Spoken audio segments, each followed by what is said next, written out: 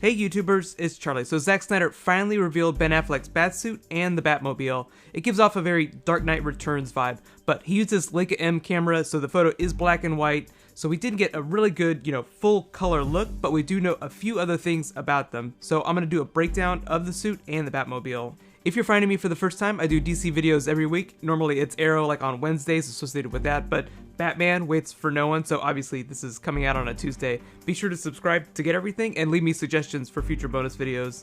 So first things first, the suit and the car are what they're using for Superman vs. Batman, the Man of Steel sequel. This Batman is much older, a la Ben Affleck's 50-something Batman versus Christian Bale's 30-something version of the character. The suit itself reinforces the idea that they adapted Frank Miller's Dark Knight Returns arc, although not literally, it just inspired Ben Affleck's character. In the story, Batman is way more jaded and the world has just gone to shit. So naturally, he's just beefed up his arsenal. Obviously things haven't gotten quite so bad in Zack Snyder's Man of Steel universe, but Batman and Superman in this movie are not going to start out as best buds. So naturally, Bruce Wayne, Batman in this movie, is bringing out the big guns the first time he meets up with Superman, which is where the much more armored looking suit and car come from. You can't tell because of the black and white photo, but the raised portions of the suit are silver. It's silver plates on black tech fabric, so they combine the defensive nature of Christian Bale's first suit with the modularity of the second suit, and just made it a little bit shinier. So supposedly, it's supposed to look pretty freaking cool. So here's a look of the suit from Frank Miller's Dark Knight Returns. This is where the comparisons are coming from. It's really Ben Affleck's earpieces that evoke the look. This Batman always reminded me of the Frank Castle Punisher, just, beating the crap out of villains. Supposedly, that's going to be what the initial meeting of Batman and Superman is going to be in the Man of Steel sequel. Batman sees what happened to Metropolis in the wake of General Zod's battle and armors up appropriately. Remember when that first movie came out, there was this big conversation going on about the amount of damage Superman and Zod did to Metropolis during their fight.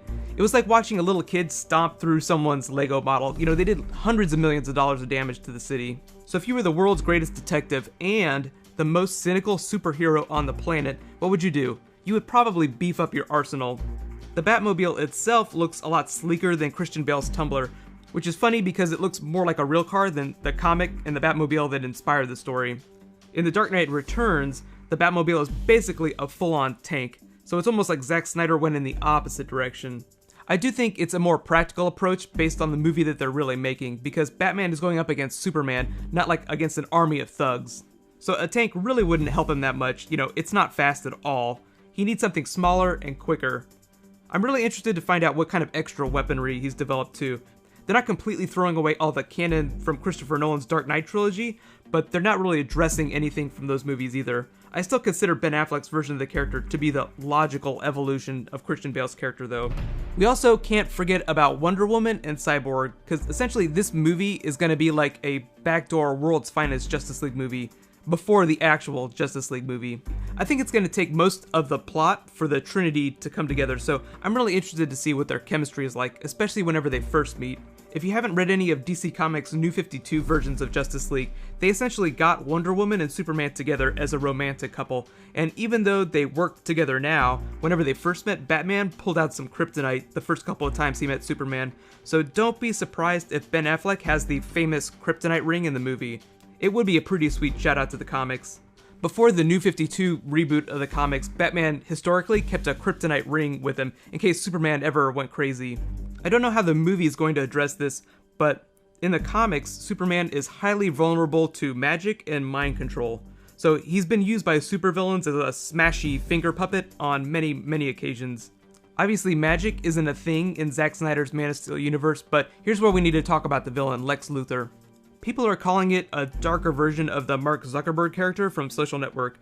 Take that with a grain of salt, but we're finally starting to get a look at the movie, which is totally awesome. I am really interested to see what kind of methods and tech Lex Luthor uses in this movie to deal with Superman. And regardless of what you think about Zack Snyder's movies, he's always been really good about giving fans an inside look.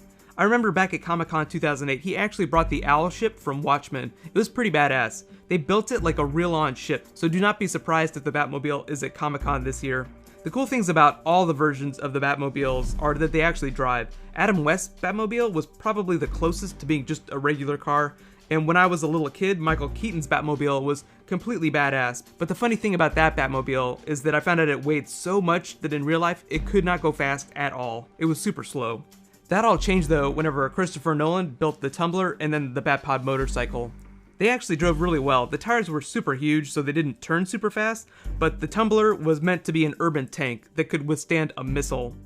I guess the new Batmobile has to withstand a Superman, but logically the only way to do that would be to give it a coat of kryptonite paint. I haven't seen Batman use this kind of device in the comics, but I think a kryptonite field generator would probably be more effective.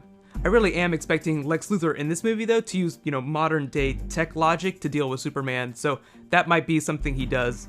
Zack Snyder has taken a much less comical approach to the character, so I'm expecting a more advanced version of Bruce Wayne's secret projects to be like a LexCorp thing.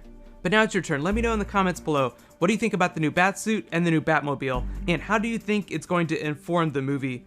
Like I said, Batman is not the world's friendliest person, so I'm really interested to see what all their first interactions are going to be like on screen, the Holy Trinity. In related news, if you haven't seen, there's a bunch of huge stuff happening this week, so I'm posting a few more videos than I normally do. We're getting the first trailer for the Flash TV show, and add to that, Arrow and Agents of S.H.I.E.L.D. are both having their season finales, so be sure to subscribe to get everything.